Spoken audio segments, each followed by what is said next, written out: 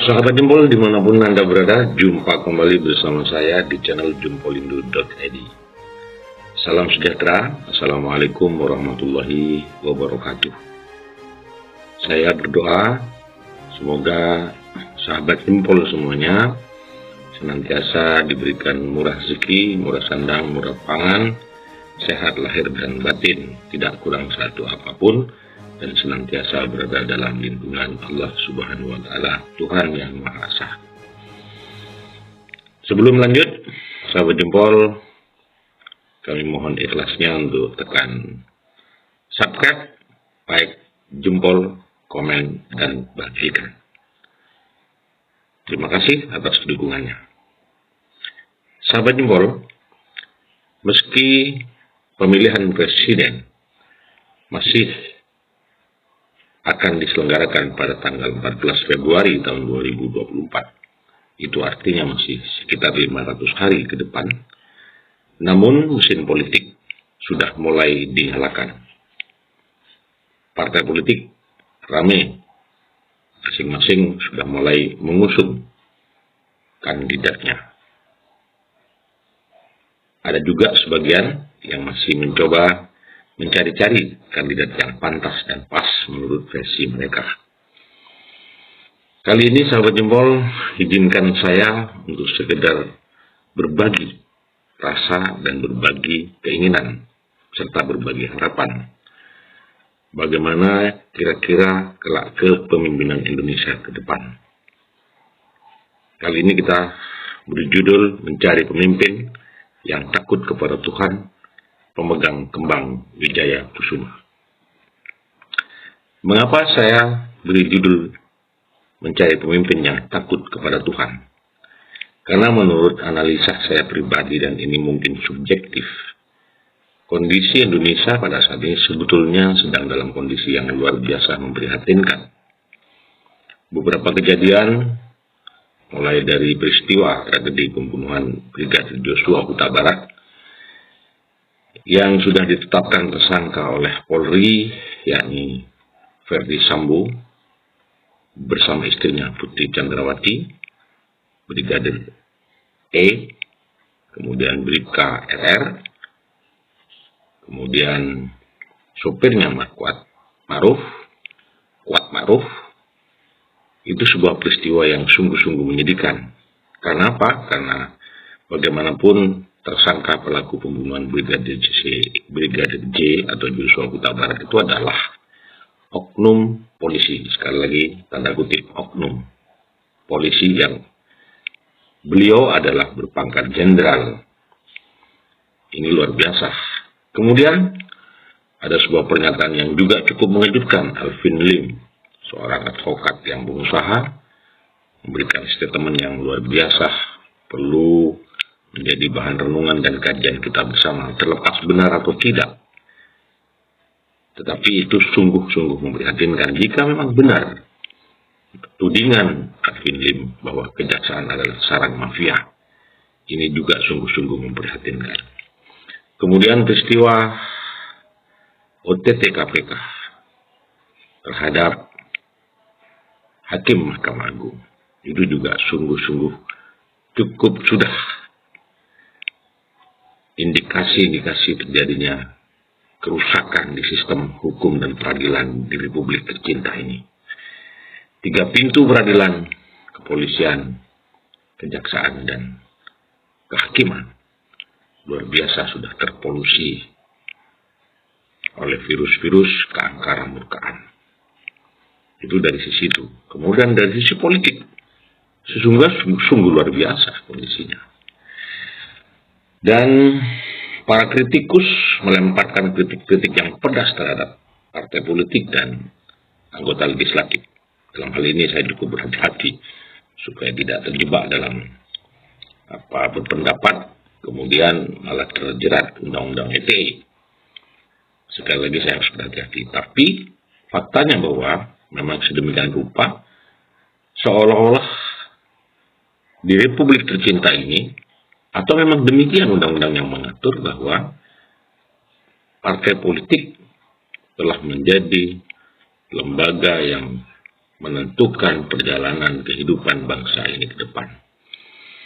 Namun demikian, sahabat jempol semuanya, kita kayaknya tidak bisa menyerahkan begitu saja persoalan bagaimana mencari kepemimpinan nasional.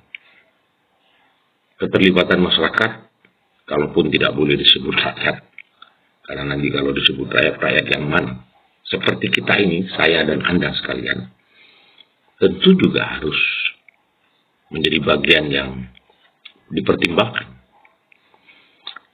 Ada sebuah statement yang cukup menggelitik, ucapan seorang pengamat militer, Salim Said, di sebuah acara televisi yang mengatakan, mengapa Indonesia kali ini senantiasa dirundung oleh masalah kolusi, korupsi, nepotisme, dan masih banyak masalah-masalah yang lain. Kenapa itu tidak pernah bisa kunjung usai? Kata Salim Said, karena jangankan kepada manusia, kepada Tuhan saja kita tidak takut. Ini bentuk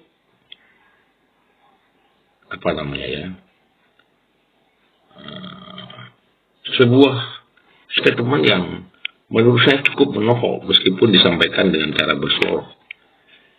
Namun bertitik tolak dari pandangan itu yang diungkapkan secara jenaka oleh Salim Said itu, maka terbersit di benak saya, kalau begitu harus dicari pemimpin yang takut kepada Tuhan. Mungkin itu salah satu solusinya. Jika memang benar bahwa kepemimpinan nasional sedang tidak takut kepada Tuhan. Apakah kemudian bagaimana kriteria kepemimpinan nasional yang takut kepada Tuhan itu? Apakah beliau adalah harus seorang agamawan yang gemar menggunakan simbol-simbol keagamaan? Atau seperti apa ciri seorang yang memiliki kriteria pemimpin yang takut kepada Tuhan itu? Sebelum membahas lebih jauh, saya mengingatkan kepada diri saya sendiri agar tidak terjebak terlalu dalam ke dalam pemahaman teknis keagamaan tertentu, sehingga menggiring opini bahwa yang dimaksud Tuhan ini hanyalah Tuhan bagi agama tertentu. Saya beragama Islam. Tentu saja saya bangga dengan agama saya, yakni agama Islam. Tetapi kesakitan keyakinan saya yang lemah dan kurang menguasai tentang dalil-dalil keagamaan mengarahkan pikiran saya bahwa Tuhan, manusia, apapun agamanya adalah sama sebetulnya. Mohon maaf, digarisbawahi dalam persepsi manusia sebagai hamba Tuhan dan Tuhan sebagai pencipta. Perbedaannya kan hanya pada persepsi dan penamaan Tuhan itu, serta tentang keberadaan Tuhan itu yang seringkali menjadi ajang perdebatan. Tentu saja saya tidak punya kompetensi membahas tentang Tuhan yang Maha Agung. Saya tidak punya cukup ilmu untuk itu. Karenanya kita serahkan saja perdebatan itu kepada ahlinya. Namun sedekil apapun pikiran manusia, tentu dia punya persepsi tentang Tuhan. Manusia yang memiliki rasa takut kepada Tuhan menurut versi Islam. Ini saya coba tetapi tidak terlalu teknis ya. Menurut pemahaman saya saja. Menurut Islam seperti yang saya pahami, digambarkan orang yang takut kepada Tuhan itu, dia orang yang punya rasa malu, mau bertobat dari kesalahannya, mampu memegang amanah yang diembannya, bertawakal dan senantiasa berserah diri kepada Tuhan. Begitupun menurut pendapat pemeluk agama yang lain, misalnya seperti agama Kristen, bahwa orang yang takut kepada Tuhan memiliki ciri-ciri punya rasa hormat, kagum, pasrah, dan penuh kasih kepada Tuhan. Diwujudkan dalam tindakan mengikuti jalannya, melayani dia Tuhan versi Kristen, dan senantiasa berterima kasih, senantiasa mengasihi, bercinta kasih kepada Tuhan. Begitupun dengan agama Hindu yang memiliki ajaran sanatana dharma, kebenaran yang abadi. Mengajarkan bagaimana manusia membina hubungan baik dengan Tuhan, dengan sesama manusia dan alam. Ajaran itu diperkuat dengan ajaran suci kitab Veda yang menyebut bahwa Tattwam Asi yang bermakna itu adalah engkau. Engkau adalah aku, dia adalah kamu. Aku adalah dia, engkau adalah aku, dan seterusnya. Ajaran itu menjadi landasan etik dan moral bagi penganut agama Hindu, yang jika diterapkan kepada seorang pemimpin, maka bakal tercipta kehidupan yang seimbang lahir dan batin. Begitupun dengan ajaran agama Buddha, yang menitiberatkan pada keharusan adanya keyakinan bersandar kepada keyakinan kepada Tuhan. Maka manusia akan menuju kesempurnaan sebagai manusia, yang bercirikan memiliki kebijaksanaan serta mengalami pencerahan spiritual. Bertitik tolak dari keyakinan semua agama yang prinsipnya hampir sama, yakni mengantarkan manusia pada kesempurnaan hidup, dunia dan akhirat, maka pemimpin yang mengalami pengalaman spiritual mendalam yang akan mampu mengantarkan manusia lainnya menuju kebahagiaan hidup. Dia akan takut tidak amanah, takut korupsi, takut berbuat kejahatan, takut munafik, takut mengkhianati rakyat. Tidak egois, hanya mementingkan kepentingan dirinya, keluarganya, dan golongannya saja. Masyarakat Jawa juga memiliki ajaran untuk dapat melihat ciri pemimpin. Biasanya Raja Jawa sebelum dilantik menjadi raja atau ratu, maka dia akan mendapatkan namanya Wahyu Keprabon. Yang salah satu tandanya dengan kesaksian mekarnya kembang Wijaya Kusuma. Ciri-cirinya, calon pemimpin itu dikelilingi oleh para dewa-dewi, malaikat yang menjaga tindak tanduknya dan dijauhi dari berbuat kesalahan. Yang ditandai dengan kesaksian mekarnya kembang Wijaya Kusuma, artinya dia sebelum dilantik menjadi raja atau ratu, biasanya ada keharusan dia harus melihat kembang Wijaya Kusuma.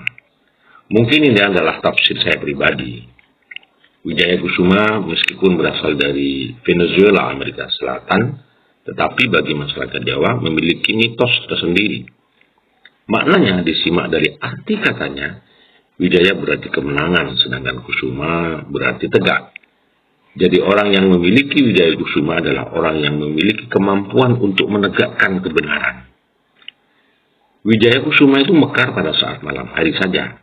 Artinya orang yang memegang Wijaya Kusuma adalah manusia yang suka terjaga di malam hari, bersemangat mengabdi kepada Tuhan di malam hari, bermunajat kepada Tuhan di malam hari, dan memohon ampunan atas dirinya, kesalahannya, serta diberikan kekuatan untuk berjuang mensejahterakan rakyatnya. Wijaya Kusuma senantiasa menyebarkan aroma harum yang bermakna orang yang memegang Wijaya Kusuma adalah orang yang senantiasa menyebarkan kebaikan, kebajikan, dan kebahagiaan bagi orang lain.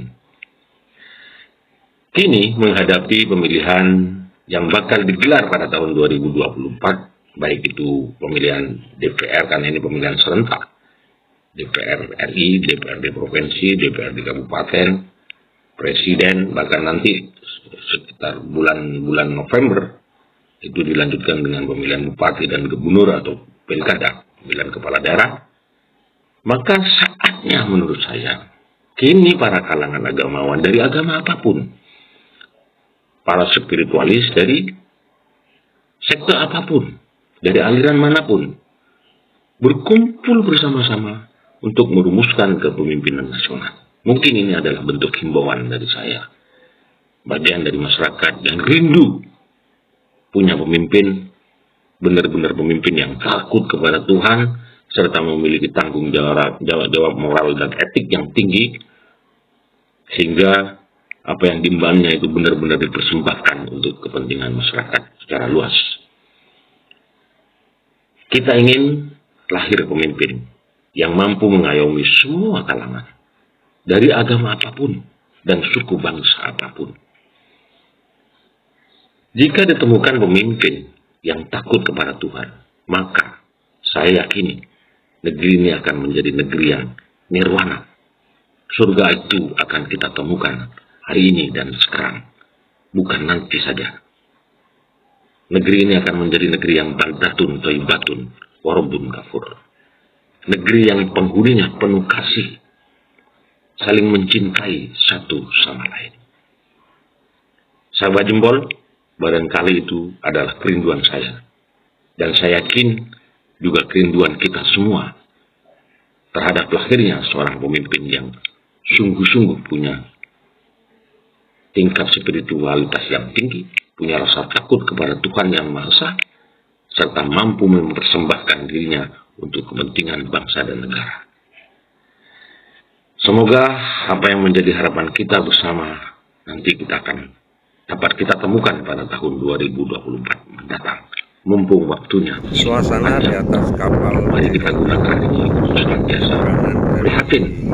Biasanya orang Jawa pada saat-saat yang prihatin senantiasa melaksanakan lagu prihatin, bermunajat kepada Allah Subhanahu Wa Taala, Tuhan Yang Maha Esa.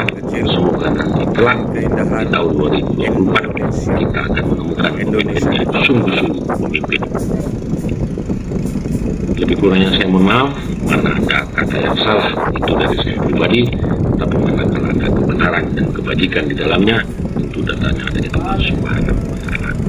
Salam sejahtera. Wassalamualaikum warahmatullahi wabarakatuh. Merdeka.